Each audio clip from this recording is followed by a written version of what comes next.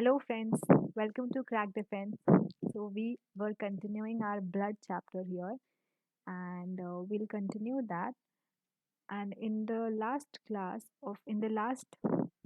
video of this, we have covered we have covered what plasma is, different constituents of plasma. We have studied about erythrocytes. We have studied about WBCs. Now, in this lecture of ours, we will cover platelets. Okay, so platelets, the scientific name for platelets are thrombocytes. This is important to remember. Okay, we had a scientific name for erythrocytes, for WBCs and RBCs also.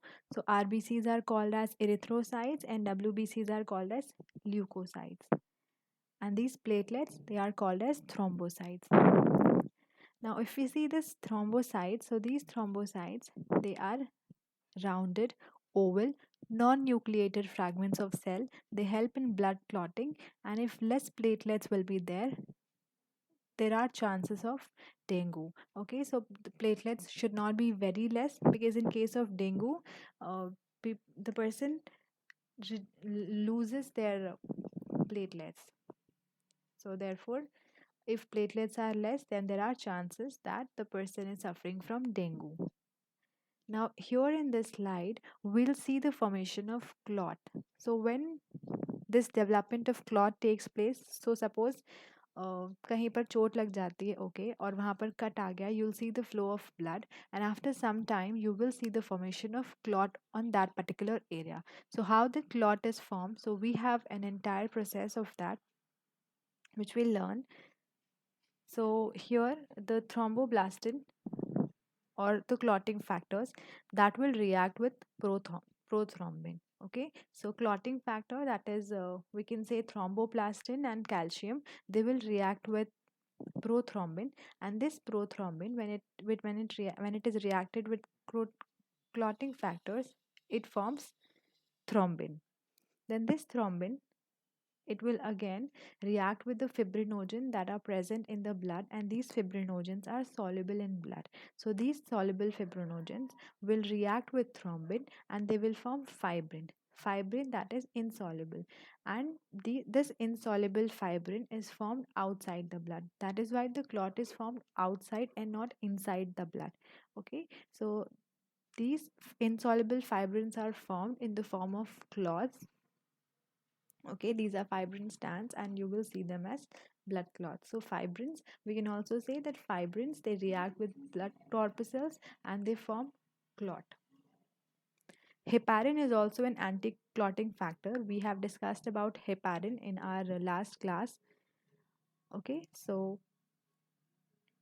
heparin is also an anti-clotting factor which protect clotting inside the wall. Okay, so why clotting takes place only outside and not inside? It is because of the presence of heparin. So heparin causes the clotting, it protects clotting inside the cell, and clotting takes place outside because of the presence of heparin.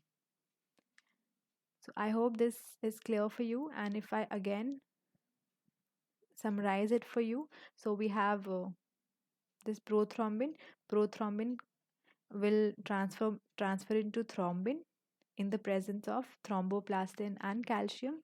Then this thrombin will react with soluble fibrinogen to form insoluble fibrin, and this insoluble fibrin will then react with the blood cells to form blood clots. Okay, and then we have heparin that will protect the clotting of blood inside the cell, and it will cause clotting outside the cell only. So these are the stages of this is the entire process of blood clotting. In this diagram you can see here, okay, this area is being damaged, so only in this place these blood cells are acting. They are not acting here, they're not acting here, they're only acting in this place that is being damaged.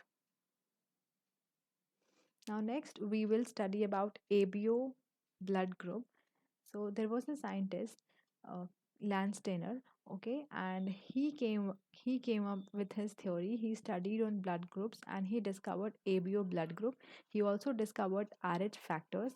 Okay, so what RH factor is?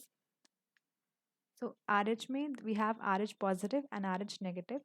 So if someone, and the full form of RH is rhesus monkey, and this RS factor, it causes a disease that is called erythroblastosis. Okay, the disease is called erythroblastosis. So what happened in this disease? First, these RH factors are positive and negative.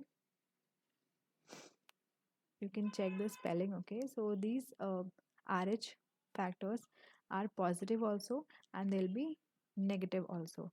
So in that case, suppose father is negative and mother is positive, so these RH positive factors, when they combine, the first child will survive, okay, but the second child will not survive because the antigens will not accept, and that is the reason why uh, this disease takes place. Okay, so what erythroblastosis disease is, it is because of the presence of these RH factors.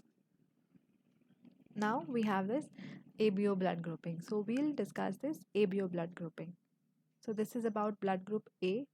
Blood group A will have an antigen of A. Blood group B will have an antigen B. Blood group AB will have an antigen of both A and B, and blood group O will not have any antigen. So where antigens are attached, they are attached on the cell. So if we see this slide here also, you can see that on blood cells, antigens are present. Okay, so we are talking about that antigens only. So these are the antigens that are present. And this scientist, Landsteiner, he came up with a law, he came up with a rule, and he said, he named that rule as Landsteiner's rule, in which he said that if the red cells are, they have one kind of antibody, suppose this group A is having an A antigen, so this will, here antibody B will be present, okay, antibody A will not be present.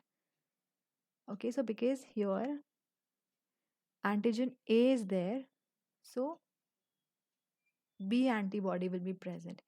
A antigen, A antibody will not be present in case of A blood group. Okay, so in case of A blood group, we have B antibodies in our serum, okay, in our plasma, then, or in our blood, okay, in our blood cells. Now, if a person has B blood group, then that person will have A antigen. Okay, and in case of A and B blood group, so because here both A and B antigens are present, so no antibodies will be present here. Because if we will have antibodies, so these antibodies will bind, so we don't want them to bind, and that is the reason why both antibodies will be absent in case of AB blood group. If we talk about O, because in O we don't have any antigen, so here both antibodies will be present. So this is what Landsteiner's rule said. Then we have this type. So here it is written that in case of O blood group, you have only on antigen. In case of A blood group, O blood group means O antigen. A blood group means only A antigen. B means only B antigen. And in case of AB, there is presence of both A and B antigens. Then here in this slide we have inheritance of ABO blood group in humans. So suppose father is having A antigen and mother is also having A antigens. The child will be, suppose we can say that in easy language, if we say that if father will have a blood group of A, mother will have a blood group of B, the child will also be will have the child will also have A blood group. Here if A and here if B, so it will combine to form AB. A and O, that will combine to form A only. Okay, so if father is having blood group A, mother is having blood group O, then their child will have blood group A only. Okay, because these A, B, they are dominant. Okay, and AB they are co-dominant. So here that is explained here. So if father is having a blood group of A, mother is having a blood group of B, and because these are co-dominant, they will exist together, they will dominate together, so the child will have a blood group of A. There are possibilities that the child can have a blood group of A, B, or AB. So these three blood groups can be possible in this case. And here, because father is having a blood group of A and mother is having a blood group of E, the child will surely have A blood group, because in case of A and O, A is dominant. Here in case of B and O, B is dominant, and therefore the child will have B blood group. Okay, and if O and O is there, so only O blood group will be there. Here we have seen that O blood group, A blood group, so this will form A. Okay, A will be dominant in this case, and here also B will be dominant. So what we have concluded from this, that A and B blood groups are dominants. Okay, these A and B antigens, they are dominant, and O is recessive.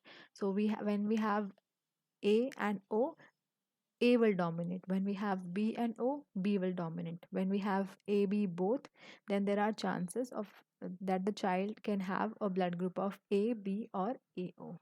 So with this, we are done with our thing. Okay, we are done with this part, and now we'll meet in the next chapter, next class of ours. Till then, take care and goodbye.